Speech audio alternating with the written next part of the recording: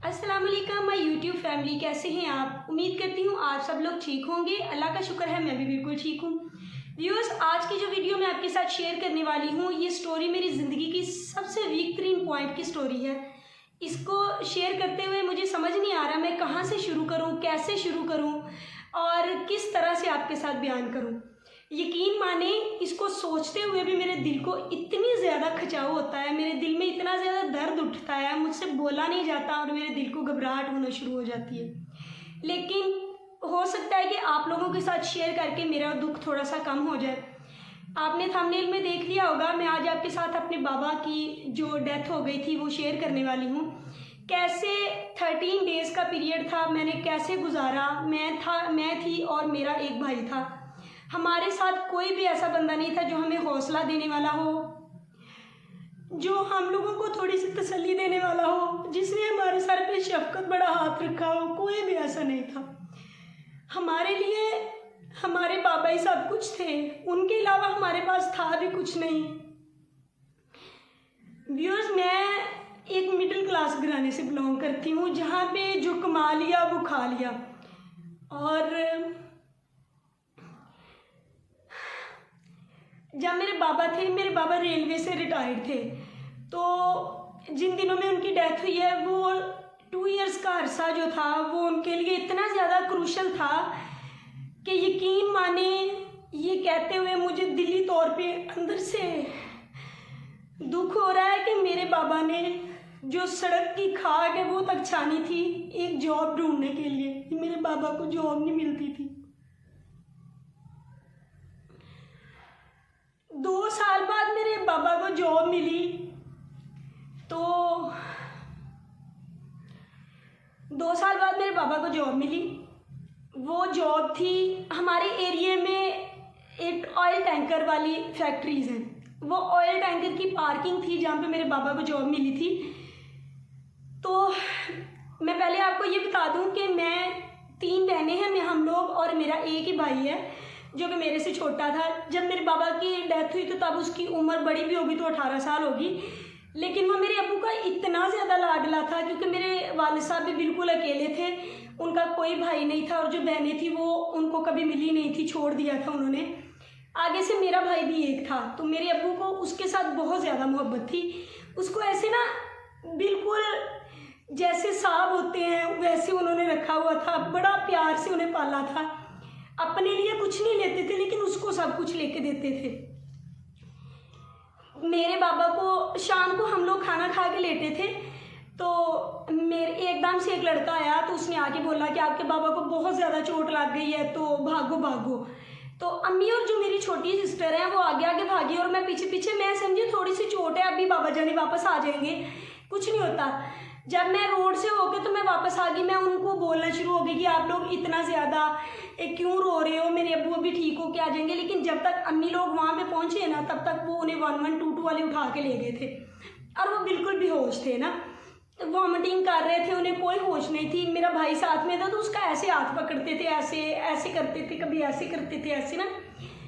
इतनी ज़्यादा उनको बेचैनी थी, बेहोश थे। अच्छा, अम्मी लोग जब तक पहुँचे ना तो उनको लाहौर, शेखुपुरा वालों ने लाहौर रेफ़र कर दिया था। तो ना लाहौर ले गए। तो मेरे तक जब ये बात आई कि अब्बू जो है ना वो बेहोश है, तो ना दुआ करो क्योंकि उनकी हालत बड़ी क्रिटिकल है।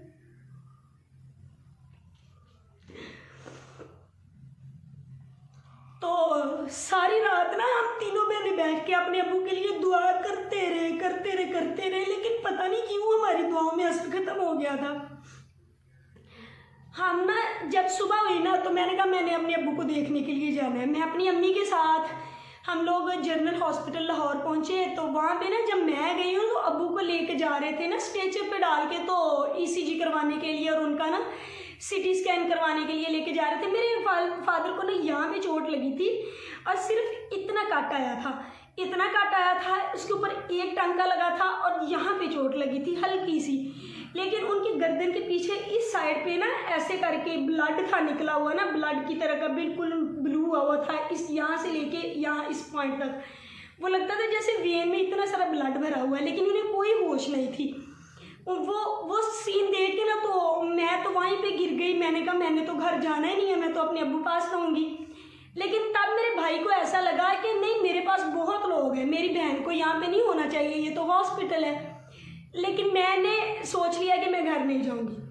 मैं अपनी सिस्टर, मेरी खाला की बेटी है, मैं उनके साथ उसके घर चली गई। जब सुबह को हम लोग नाश्ता लेके आए तो मेरा भाई वहाँ पे अकेला था। तब मेरी सिस्टर छोटी की शादी हुई थी, तो उसका हस्बैंड जो है ना वो भी हमारे साथ था। तो उसकी भी उम्र इतनी थी, वो मेरे भाई के साथ ही पढ़ता था, उसकी भी इतनी थी उम्र, 17 साल के नज़दीक ना। हम तीनों वहाँ पे थे, हमारे साथ कोई भी नहीं था हमें हौसला और तसल्ली देने वाला। हम तीनों बैठ के रो लेते थे और तीनों बैठ जाते थे। मैंने अपने अब्बू की ना एक एक सांस गिनी है उन दिनों में। मैंने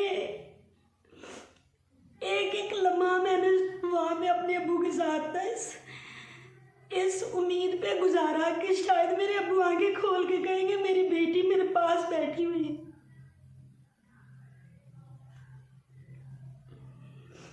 लेकिन नहीं, मेरे अब्बू ने आंखें खोल के देखा ही नहीं कि मैं कहाँ हूँ।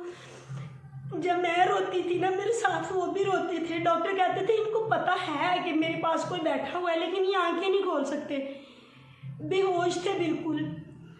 बस 13 दिन मैंने अपने अब्बू के पास इस सांस में गुजार दिए कि मेरे अब्बू अभी आँख खोलेंगे, मेरे अब्बू अभी आँख खोलेंगे। मैं सोती नहीं थी, मुझे नींद नहीं आती थी। मेरा भाई ना मेरे पास बैठ के नहीं रोता था, चुप चुप के रोता था।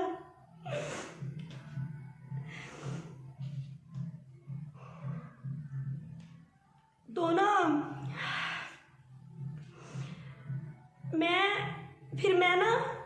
मैंने ना अपने अब्बू की सीने पे सर रख लेना और उनसे ना ढेर सारी बातें करनी। तो उन्होंने ना आगे से रोना। फिर एक दिन एक डॉक्टर आया, उसने ना एक इंजेक्शन लिख के दिया। तो हम लोग वो इंजेक्शन लेके आए, तो लगा जैसे अब्बू को होश आ जाएगी। लेकिन उस दिन उन्होंने कहा कि मेरे अब्बू का ऑपरेशन है। तो उसी दिन मेरे अब्बू की ना शाम 4 बजे डेथ हो गई। आपसे ये स्टोरी शेयर करने का मतलब ये था कि तब ना मुझे दुनिया भूल गई कि दुनिया किधर है। मुझे सिर्फ याद था कि मेरे अब्बू मेरे पास नहीं है। मेरी ना सबसे जो छोटी बहन है वो मुझे कहती होती थी आप ही, मैंने हॉस्पिटल अब्बू को देखने नहीं आना, अगर मैं आई तो कहीं मेरे अब्बू को कुछ हो ना जाए। तो जब हम लोग वापस गए तो वो ना रोती थी और ना बोलती थी, उसको पता नहीं क्या हो गया था। आपसे एक बात कहूँ व्यूअर्स, अपने वालिदैन की बहुत ज़्यादा कदर किया करें। जिनके पास नहीं है ना उनसे पूछे।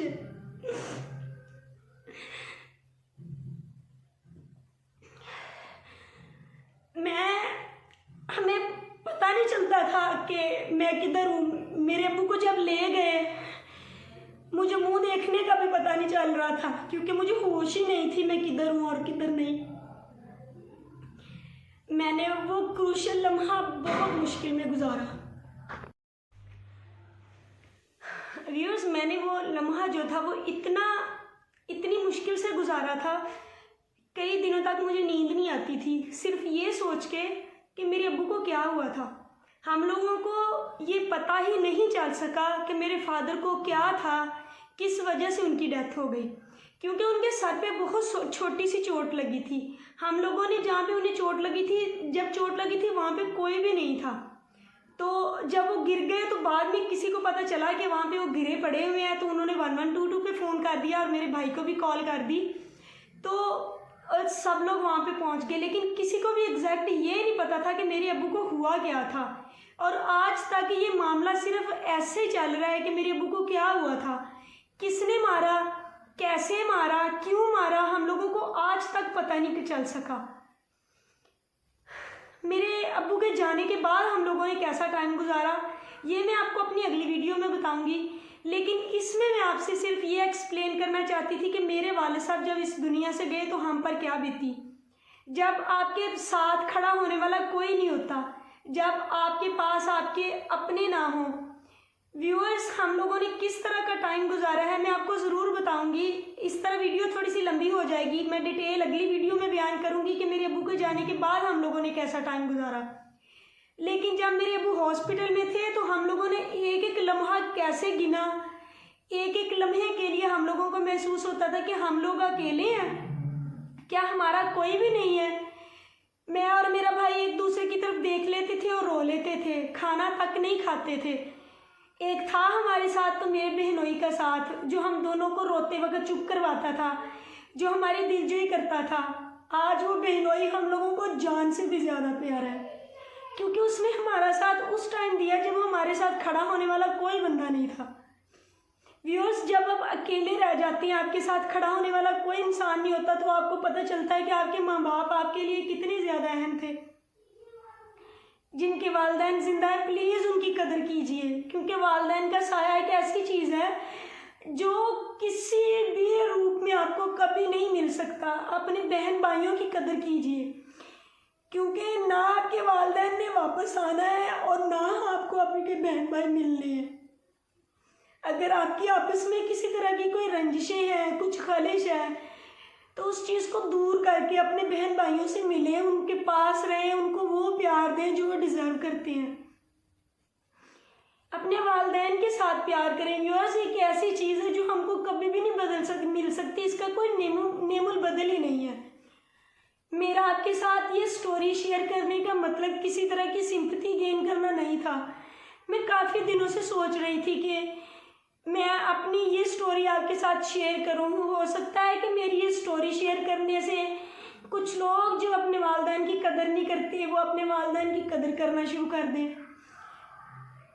व्यूअर्स, मेरे अब्बू की डेथ के 1 साल बाद मेरी शादी हुई थी, और मैंने किस किस तरह के लफ्ज़ बर्दाश्त किए थे मैं आपको बता नहीं सकती। मेरी छोटी बहन की शादी के 3 माह बाद मेरे अब्बू की डेथ हो गई थी। तो मेरी बहन तो इतनी ज़्यादा खुशकिस्मत है कि अपने बाप के साए के तले रुखसत हुई, और मेरे जैसा मैं तो अपने आप को समझती नहीं हूँ इस लायक। मेरी किस्मत में नहीं था कि मैं उनके साए तले रुखसत होती। मैंने किस किस तरह की बातें सुनी है व्यूअर्स, मैं इंशाल्लाह ताला आपको अपनी नेक्स्ट वीडियो में ज़रूर बताऊंगी। इस टाइम मेरा दिल, मेरी आवाज़, मेरा साथ नहीं दे रही कि मैं आपसे और लंबी बात कर सकूं। अगर आपको मेरी ये स्टोरी पसंद आए तो प्लीज़ मुझे सपोर्ट कीजिएगा, क्योंकि मुझे किसी को सपोर्ट करने के लिए आपकी सपोर्ट की ज़रूरत है। Please viewers, please.